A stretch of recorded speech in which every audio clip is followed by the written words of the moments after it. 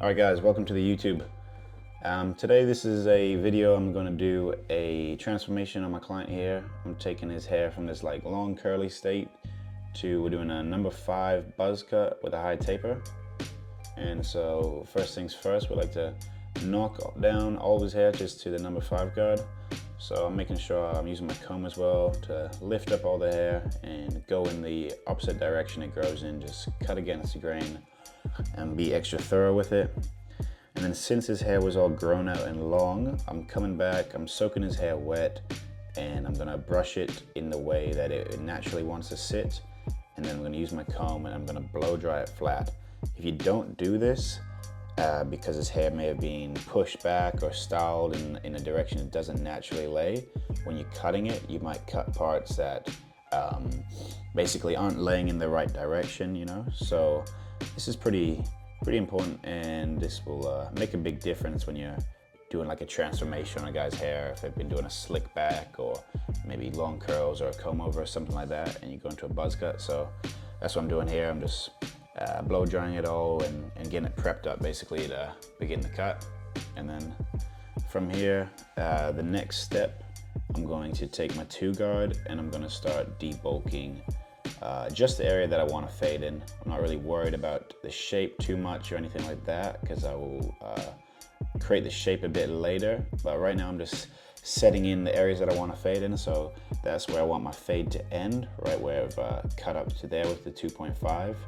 And then I'm going to take this 2 guard and I'm going to follow it around from the hairline at the front all the way to the back of the head, and then where I'm doing the back taper. And obviously I've repeated the same steps on the other side of his head as well. And so now I'm doing a bit more of the shape. I'm blending. I've got the 3 guard on now, just making, like, getting rid of that line that I set in. So it just looks a bit smoother. Like, you could wait to do this at the end, but I choose to do this now. So everything's flowing the way it should be, basically. And the next step is just to set in your guideline. I would have filmed it, but the camera was focused on my shoulder, so just cut that out. But yeah, the most important part here when setting in this guideline is to make sure you debulk right towards the temple area where you often put a C-cup on. I've debulked that with a trim. So right where I'm at right now, as long as you get some skin there, it'll look like a high taper. If you don't get any skin there, it'll look like you should have edged it up. It'll look like a mid taper that didn't get a line up. All right, then at the back, doing the same process. I'm just putting the line in, and I like to keep the line flat. I don't really like to curve my tapers at the back, so I'm just going from the middle out to the right, and then middle out to the left. And I feel like this height is pretty good for his fade, because his occipital bone is quite low. That means like his head rounds out quite low, so there's not a lot of space in that neck area to get the fade. So we keep it quite low. You don't want to take it too high. You can see here how it rounds out quite low. So I want to fade below that. Otherwise, if I take it too high, I'll be going up that bone and it'll look weird. When I'm balding out, I like to leave about the first 3 to 5 mils from the line untouched. So I just keep that stubble like from the trimmer. I don't take any off that. I'll just come up below that. So you can see here at the back, I'm just starting there. Yeah, I'm starting down. So it's about probably about 5 mil of stubble that just stays stubble. I won't shave any of that at all, and that just makes it much easier when I come in with my clipper to get out this line. If you went all the way up to stubble, it would be almost impossible. You'd have to come back with a trimmer to take out that guideline. And then next, before I start my fade, I do all my haircuts like this. I make sure I line everything up, and this gives you like the best roadmap to understand what you're doing. So yeah, I get the front edge up, and then over the ears. Often I'll line up the hairline. In this video, I actually left the hairline for last. Line everything up, and this just makes it so you can see what you're doing as you go on. So when we're fading up, I'll know I'm keeping this front edge up dark, I'm keeping it dark over the ears, and it's symmetrical, the left side and the right side. If you didn't have that line up, you might do the fade and then line everything up at the end and realize that it's all unsymmetrical. So that's why I do this. And now beginning my fade, this is how I like to fade. I work fade up, so I go from the skin. This is just clipper open, no guard on. So set the guideline about 1 centimeter wide, and then come up So I do 2 clicks down next, flick out, and then fully close the clipper. And take your time in this area. Make sure you get this bit correct, because this is probably the most important part of the fade, is getting this from skin to stubble looking clean, because then it is pretty easy once you have the guards on. So anyways, same at the back, centimeter guideline, and then knock it down to halfway open, and then come back, fully close, and get rid of any little stubble or any little lines at the bottom. And then next I put in the 1 guard open to set my last guideline, really. So this is how I like to fade. My appointments are 30 minutes, so this system works best for me to stay on track and do clean haircuts, and this is what I've been doing my whole life, so it's what I'd recommend for anyone else. So yeah, next thing is 1.5 guard, set the guideline. You see at the back, it's just simple. It's probably about 2 centimeters wide. It gives us a good amount of width to stretch out our fade, make a clean fade.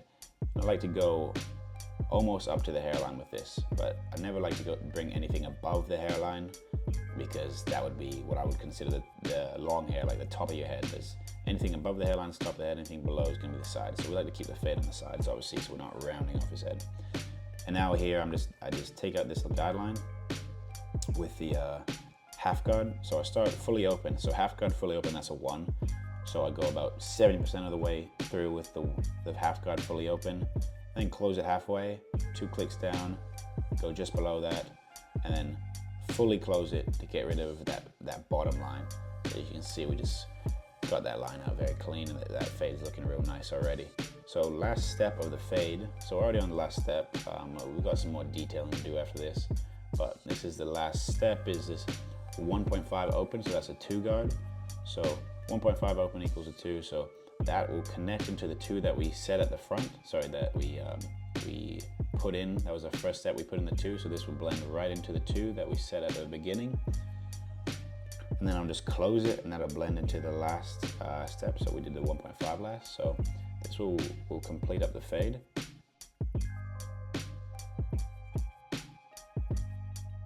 And that fade's coming out real clean now, as you can see. And then repeat the steps at the back. 1.5 all the way open, blend that into the 2, and then I'll just close it right away. No need to go halfway, just close it up and go right below. And the fade's looking pretty clean, but you can see in the back I need to detail this with the 1 guard. And then here at the front, I just wanted to come back with the 2 and just really like perfect that blend into the longer hair. It looks pretty clean. You can see here just towards the hairline, there's a bit of a dark patch there, right there, yeah, right there. I'm going to clean that up and just get that blend looking perfect. And yeah, that looks clean. You can see that took it off, so that looks really clean now. And then the back, so that's that front taper. That looks good to me. That's completely done. And then now I'm just finishing up here at the back. I just need this 1 open to 1 close. Just take out that line and complete that fade, and then that's it for the fade. So that's my system, works really well. Now I'm onto the lineup. So since we did a 5, I want to take the hairline down a little bit shorter, so it's not a fringe, it's a proper lineup, and we can get this nice and sharp. It'll last a little bit longer as well if it's a bit shorter. So I knocked down to a 3, and now I'd like to take my time doing my lineup. So I start in the middle and just work middle to the left, and then middle to the right. And so you can see it's got a bit of a cow's leg, so I'm kind of sliding up to cut it instead of coming down, making sure we get the corners sharp. And then repeat the process. So middle to the right now, just repeat the process, just take a lot of time. Make sure you're looking from the middle, not looking from the sides. Like probably stand behind him, look at the hairline in the mirror, look from his perspective, kind of drop. You don't want to be looking at the top, you want to be looking kind of where he would be, his eyes are, so when he's looking in the mirror, it looks straight. And then this is it. I'll finish up the fade now, come back, sharpen it all up with the razor, and that's it. Maybe if you're here, you can touch up some eyebrows or whatever if your client wants, but that's the complete fade. So let's look at the after now.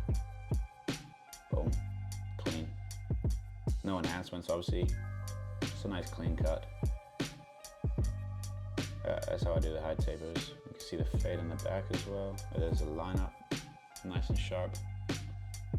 And then that fade at the back came out perfect. You can see what I mean, where he's got like a heavy occipital bone.